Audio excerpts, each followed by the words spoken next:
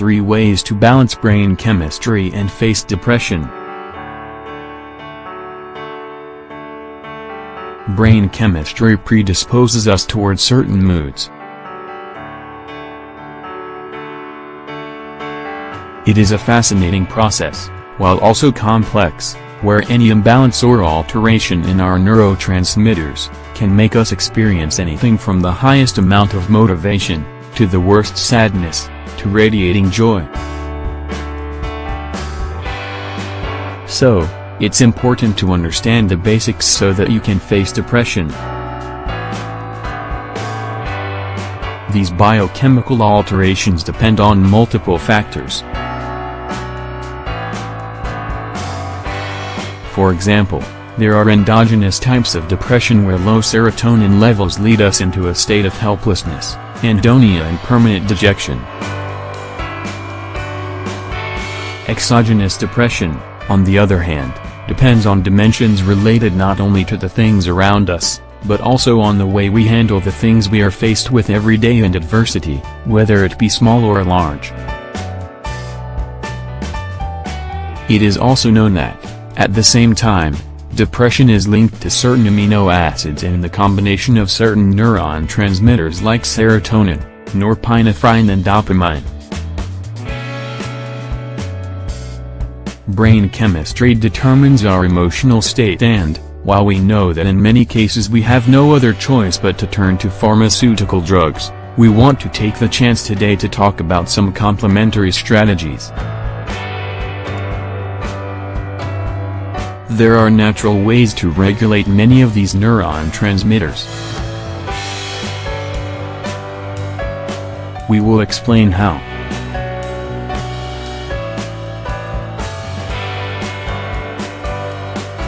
Lack of dopamine and depression.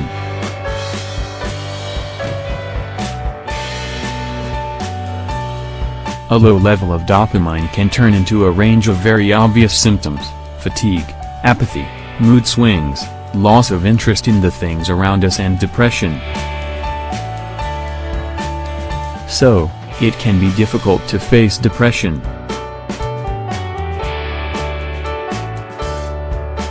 Dopamine is one of the most important neuron transmitters for the brain. It mediates the communication of neurons and nerve cells. Also, it is known that they have an essential function when it comes to generating our movements, motor skills and energy, or motivation, to engage with our surroundings. How can I naturally increase my dopamine levels? There is an essential amino acid that increases dopamine. It is known as alpha-phenylalanine.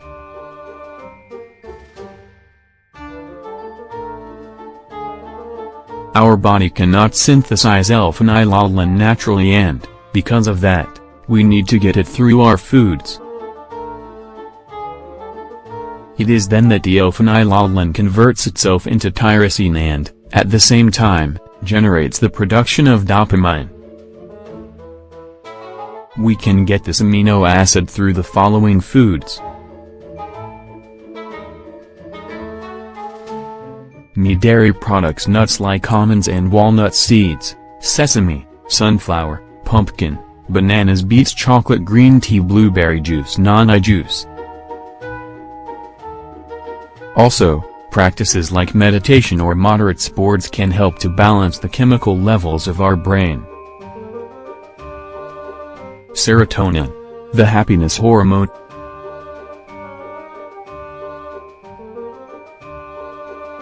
The large majority of antidepressants act in the following way: they make it so that a series of inhibitors cannot stop the production of serotonin. And, this makes it harder to face depression.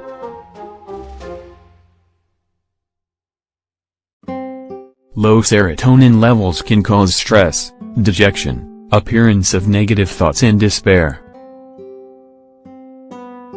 Because of that, some pharmaceuticals work to favor the adequate production of this neuron transmitter. However, it is important to know that we can also, naturally, help with its production. How to increase our serotonin levels.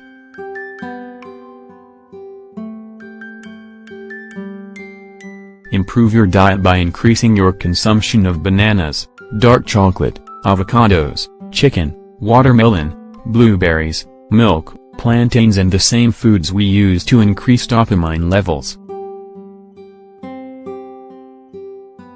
Try out a new hobby, something new, sign up for a painting class, a dance class, yoga, and listen to music. Positive emotions that it give us help with the equilibrium of cerebral chemicals.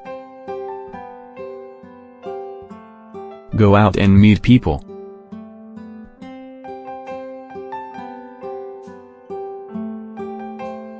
To balance brain chemicals, you should sleep adequately. Sleeping poorly, suffering many sleepless nights, or taking hours to fall asleep has a lot of consequences. One of them is a decrease in serotonin, which, as we know, causes fatigue, greater sensitivity, and the risk that you could face depression. Sleeping well is healthy and a way to balance our brain's chemicals. It is something simple that allows our neuron transmitters to be regulated and to help our emotional state be stronger, more positive, and resistant. How to sleep better to take care of your cerebral health. Follow the same schedule, have lunch, eat dinner, and go to bed at the same time every day. 2 hours before going to bed, reduce your exposure to electronic devices, meaning, close your computer, turn off your telephone, don't use your tablet, and exercise in the afternoon, but never right before bed. Follow the same rituals when it is time for bed, a hot shower, a cup of milk with honey, a book, and relax in bed. Try to keep the temperature of your room normal.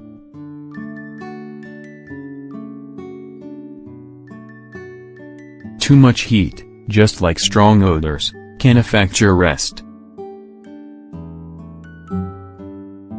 To conclude, regulating and balancing our brain's chemicals in order to treat and face depression is not only dependent on pharmaceuticals. If we want to get out of this tunnel, we need more strategies, more psychological resources, personnel, and better life habits. Just like the ones that we have suggested here.